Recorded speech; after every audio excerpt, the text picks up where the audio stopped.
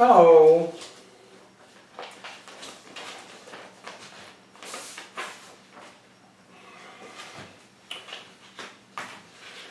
Do you ever go to Last Thursday?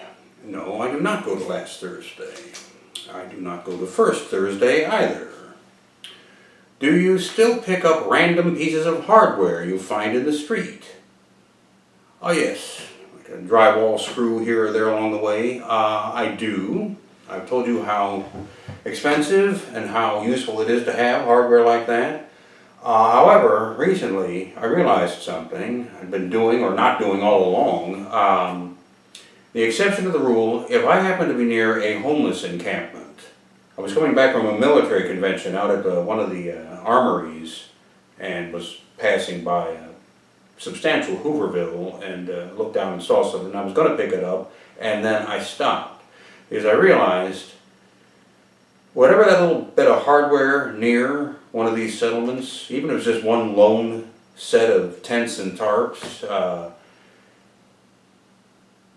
that cotter pin or carriage bolt or whatever the little whatchamacallit might be, that might be the one little piece that will make or break survival for that person. You know, that sort of ground score. So if I'm in that kind of a surrounding situation, I just leave it where it is and I keep walking. You know, seems like the least I could do. Do you believe in the golden rule? You mean, do I believe in the existence of it? Or do you mean, do I believe in the advocacy of it? Of course I do. However, I acknowledge a somewhat enhanced version of the golden rule. Do unto others as you would have others do unto you. This is what we know the golden rule to be. The enhanced version is as follows. Do unto others as you would have others do unto you, semicolon, but do not ever, ever, ever expect those others to do unto you in the exact same way, with the same decency, the same integrity, the same conscientiousness to do unto you as you would do unto them. Do unto them by all means, but do not ever, ever, ever expect any kind of reciprocation. That's the golden rule. What are your impressions of this?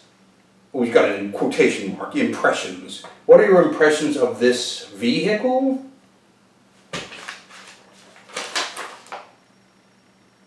This?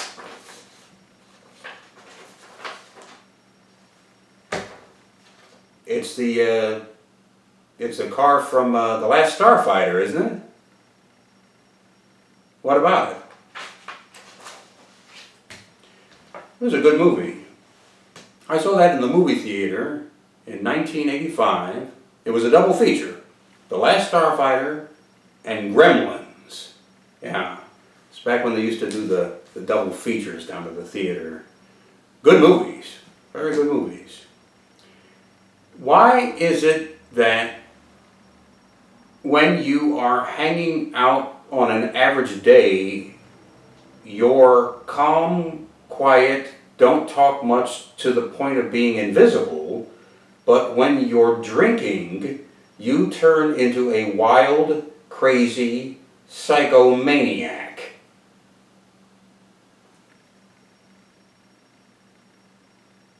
Practice. I've had a lot of practice. What generally makes you laugh? First you wanted to know what I'm scared of, and now you want to know what makes you laugh. You mean like a genuine, actual laugh? Not a polite laugh or a commiserative laugh, but an actual laugh?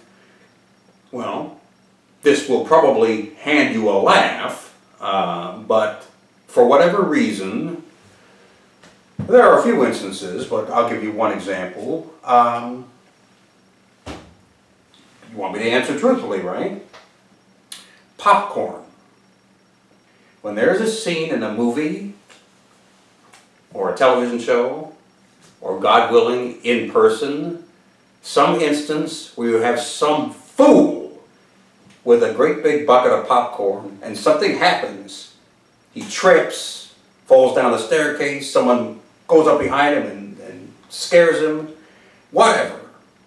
He sits on a tack and that popcorn goes flying everywhere, just everywhere, like a blizzard. That makes me laugh and laugh. I don't know why, it just does. It strikes me as hilariously funny. Maybe because it's such a terrible mess, maybe because it's such chaos, maybe because it's so incredibly stupid. I don't know. But popcorn flying all over the place, that makes me laugh.